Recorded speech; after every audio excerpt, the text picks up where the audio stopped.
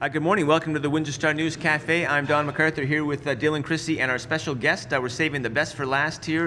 Paul Synnott, welcome to the show. Thank you for having me on. We were just talking before. I think this is full circle for you especially.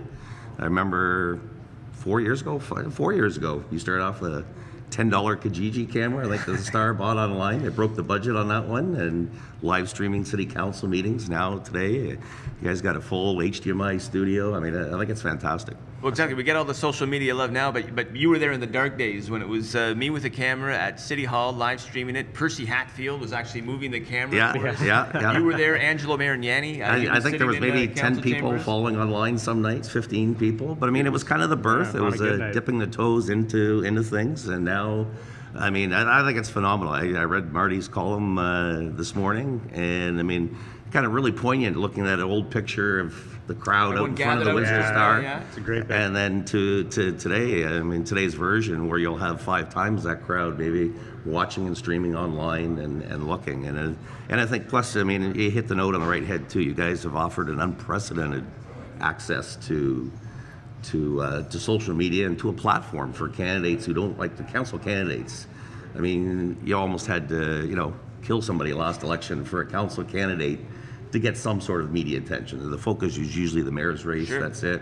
Yeah. I saw you even had a trustee candidate on yesterday. Jessica Sartori, yeah. And that's her own tenacity. She kept reaching out, and eventually we had her on. But no, it's great. Some of our harshest tenacity. Critics. Yeah, I mean, but I think that's great. That together with even the print coverage in the traditional media has been leaps and bounds above where it was in 2010, and I think that's raised the level of the debate, which is only a good thing. Okay. Now you live and breathe this stuff. You're one of the reasons we now have 10 wards. You've been huge on the AG issue. You're always sort of starting petitions, this and that. So how's this campaign unfolding, and from that perspective? I'm really happy in a lot of ways. I mean, you mentioned the 5 wards to 10.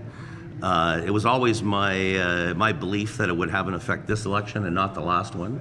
The last one was too soon. The change happened just before the election, so people hadn't really wrapped their minds around it. Now we have a full term of 1 councillor, 1 ward, and now people are running against that 1 councillor in their record if there are incumbents there. It changes the dynamic of the politics within the wards, within the city.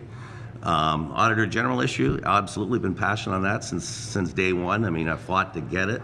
Very disappointed when they got rid of it. It was one of the motivating factors for me in this election, was to help find good candidates who supported an Auditor General. And if you look, I think it's Councillor Gignac and Councillor Sleeman are the only 2 running that aren't in favor of bringing back the Auditor General, and Councillor Dilkins. Other than that, I think every candidate across the board is in favor of it. To me, that's a big deal. I think we moved him an inch. I mean, today. So now he's not going to stand in the way of an Auditor General. But he's not going to champion it either. So yeah, we moved him an inch. I remain disappointed with Drew. I mean, I like him. I'm probably going to support him myself. But I'm disappointed specifically on that issue. I mean, I heard him speak this morning, say the only difference is the subpoena power. I mean, but you know what? That is a big deal. We forget, look back to Mike Dunbar and the 400 audit that's never seen the light of day. He quit that job saying there was interference from the city. Look at the library audit that was done. The chair of the board refused to cooperate with the audit. The CEO of the library went on a leave of absence, never to be seen again. They never got his cooperation on governance issues, on other things. An Auditor General would have been able to compel those individuals, would have been able to compel cooperation. That's a huge difference. Absolutely. Now you're in the thick of this election. Let's get the numbers straight. You are managing 7 campaigns and are helping with 2? Helping with 2, yeah. Excellent. Now, it keeps me on the go. Now, is that one? Are you kind of overlapping in some wards too? Like, how does that work out? No, you have pretty much one in there's each no ward? overlap. I mean, there looks like a little bit of an overlap in Ward 1. I am running Denise Gannam's campaign there. But Denise came to me a little later on in the game and asked me to. We're good friends from many years back. But months earlier, I had met Ryan Mancini. He's a sharp young guy, so I mean, I gave him some tips and helped set him up with some resources and everything else. So some people had a little bit of confusion in that regard, but I mean, there was never any overlap. I mean, I think he's a good individual, but obviously I'm working hard for my candidate. Excellent.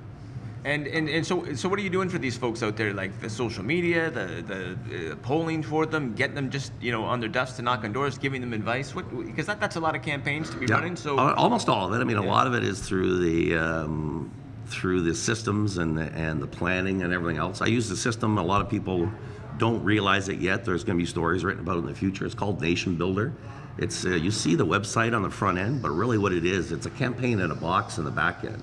It runs all your activities. It's a voter database, much like you hear them talk about the federal parties. The Conservatives have Sims, the Liberals have Liberal List. These are powerful software.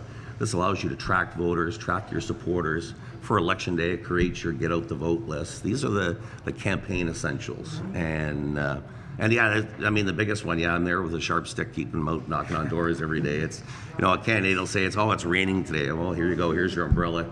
Go get at it. You know, it's going to rain 15 more days. And helping them understand the essentials and getting them out there. That's the main thing. And you've done a lot of like federal, provincial, all kinds of campaigns. Do you have a special love for municipal, or what makes it unique? I really do. I mean, I used to be focused a lot more on federal, a little bit provincial. The single biggest thing that really changed my opinion of municipal campaigns goes back to the 10 wards, not 5. We managed to turn council around in, you know, a little over a month. They were just going to table that issue, and then we were able to bring it back thanks to a loophole in the Municipal Act. That was a stunning experience. To me, at this point in my life, it's one of the best things I've ever done municipally, because, you know, we saw something we disagreed with, got a group together, and we got City Council to change their mind on a large issue. You know how long you have to work to do something like that in federal politics? I mean, you can 10, 15 years to get a result like this, and it happened in less than a month. It really energized me and helped focus me that, you know what, municipal politics deals with almost everything in your life. You get up in the morning, you brush your teeth, you plug your kettle in, you drive to work. That's all municipal politics. They take care of your roads, your sewers, they deliver the power to you. You can have a huge difference. But yet it's the level of government we vote in the least. So it's frustrating to me on the same time as it's exhilarating. Okay. Excellent. Now, well, you kind of have a unique perspective too, because you have managing campaigns that spread across the entire city. So we would bring candidates and they tell us about the issues of one specific ward. So the big issues that have come out across this campaign: holding the line on taxes, Auditor General. Do you think those are the big issues? These are just the ones that we talk about, but are there other issues that are coming up across the city that you think probably are bigger issues to the voters of Windsor? I don't get the sense from, I think infrastructure is a big issue. I mean, taxes, of course. I mean, I think you've noticed none of the mayor's campaigns, none of the council candidate campaigns will acknowledge the elephant in the room. Eventually, they've got to go up. There is a point, even as a small government conservative that I am, at the end of the day, some point they're going to have to raise taxes. Yeah. But you notice there isn't a single candidate at any level in this campaign that will even dare whisper that, because it's a very successful thing, and that resonates with people. Infrastructure, I mean, the flooding this summer focused people on that. Yeah. And, you know, the Auditor General issue, I mean, myself and my friends in rural city politics and others will take credit for the Auditor General issue. We've kept that one on the burner for a long, long time. And again, it resonates with people. People remember rock stars like Sheila Fraser in Canada, what she did for the country. People understand what an Auditor General is, so they're not going to be fooled by anybody. They want it, and for once, I think they're going to get what they want in an election. I think that's a great thing. Excellent. Okay, so just quick, let's do a little shameless self-promo for you here. You're with Rose City Politics. You guys are going to be at the Caboto Club Monday. Just quickly talk about that. Yeah, we wanted to get together. I mean, a lot of times candidates have different, parties that they host somewhere. We thought we'd have an open room, so we rented the Caboto room at the Caboto Club. A lot of people don't know the city kind of runs Election Central out of the Caboto, so they have the main room there. We have the Caboto room. It's open if candidates want to come down. A number of the campaigns that all work together with Reno and Kieran, myself obviously, are all going to be there. It's watch the election results together, make it a little easier for you guys in the media to track people down. I think we're just going to watch the results and enjoy the night together with everybody. Cool. Cool. All right, well, Paul Synnott, like I said, he was there in the dark days when nobody was watching, and now you're here when people are watching. Really happy you could join us here on Trail Talk in the News Cafe. I'm glad that you guys invited me. Like I said, congratulations to you. Marty put it out there. I think you guys have fundamentally changed how we cover elections here, and it's hope you guys get some recognition nationally from it in the future. I think it's well deserved.